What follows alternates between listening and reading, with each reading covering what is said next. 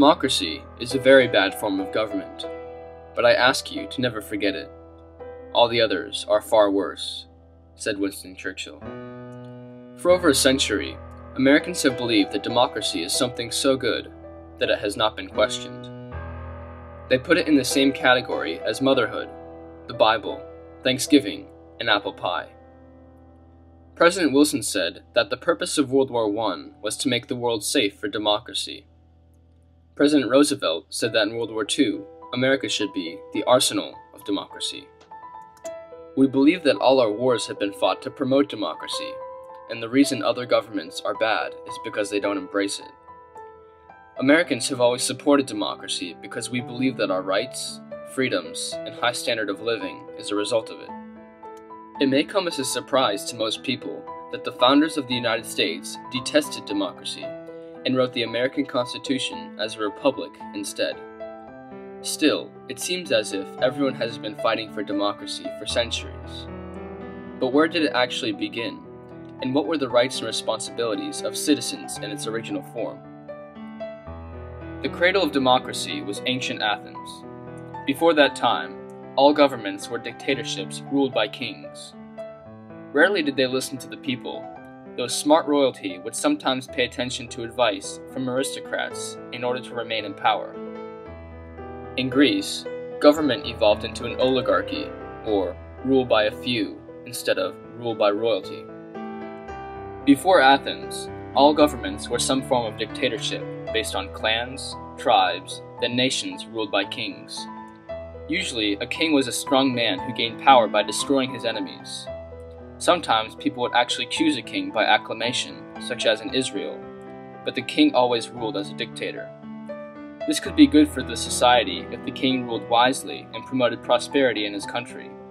However, kings could become depraved and use their power to enslave their people with high taxes to support their own opulent lifestyles and their wars of conquest against other kings.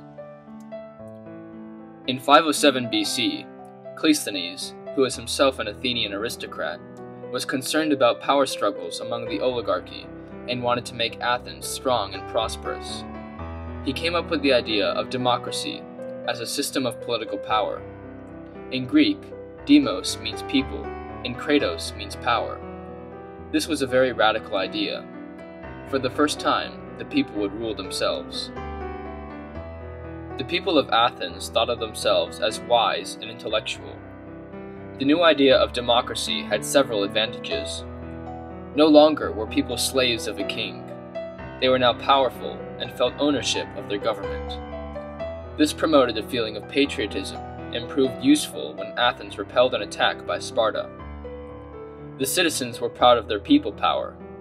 Now, the wisdom of all the people could be put to use.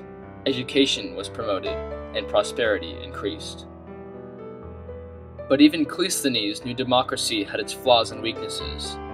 In fact, Aristotle himself wrote a criticism of it. Cleisthenes set up a system of 139 voting districts, 10 tribes, and sections of the city. Voting was restricted to males around the age of 20. Women, foreigners, and slaves were not allowed to vote. In addition, only men who supported the defense of the city as a soldier, a worker, or supplier of the military were allowed to vote. Cleisthenes also knew that men were subject to corruption. Considering this, he instituted a policy of banishment from the city for 10 years to any official who abused their power. In the early democracy of Athens, voting citizens gathered in the public square 4 times a month. There were no legislators.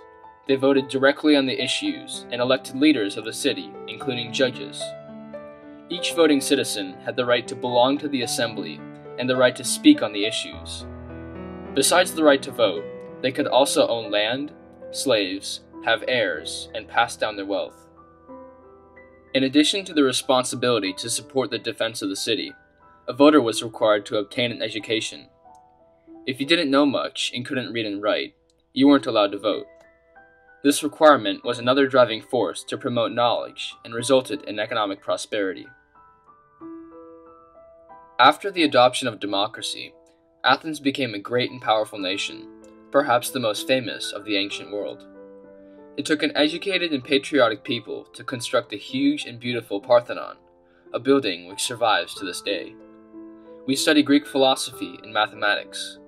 Every college has fraternities and sororities proclaiming their Greek names, and we know the origins of the Olympic Games. Despite its virtues, as with all human institutions, democracy has its flaws. Prosperity leads to corruption, and corruption to weakness. Greek democracy was extinguished when the Romans conquered Greece, and ironically, the cradle of democracy was ruled by a military dictatorship as recently as 1974. The founders of the United States were aware that democracy had a track record of only lasting for about 200 years, so they steered away from it when designing the American Constitution. This is not to say the American Constitution or its people are perfect.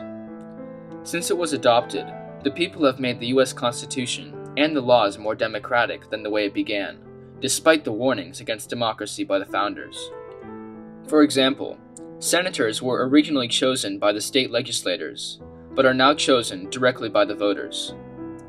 While the United States has never been a pure democracy, vestiges of the Greek system have come down to us. As recently as the 1800s, only white males who owned land could vote, and as recently as the 1960s, literacy requirements for voting were still in effect. Again, we hear voices raised warning us of the dangers of pure democracy as practiced by the Athenians. No country will remain a democracy. When the people discover they can vote themselves favors from the public treasury, it is doomed to bankruptcy, economic collapse, and a return to dictatorship. Democracy is two wolves and a lamb voting on what to have for lunch. Democracy is dictatorship of the majority. Unless the minority has guaranteed rights, the majority will take everything they have, even their freedom and their lives. But still, the idea of people power is a great desire of nearly everyone, and all governments claim to promote democracy, even if it is not true. This is why we can learn much from studying the origins of democracy in ancient Athens, and seeing both the benefits and the problems of pure democracy.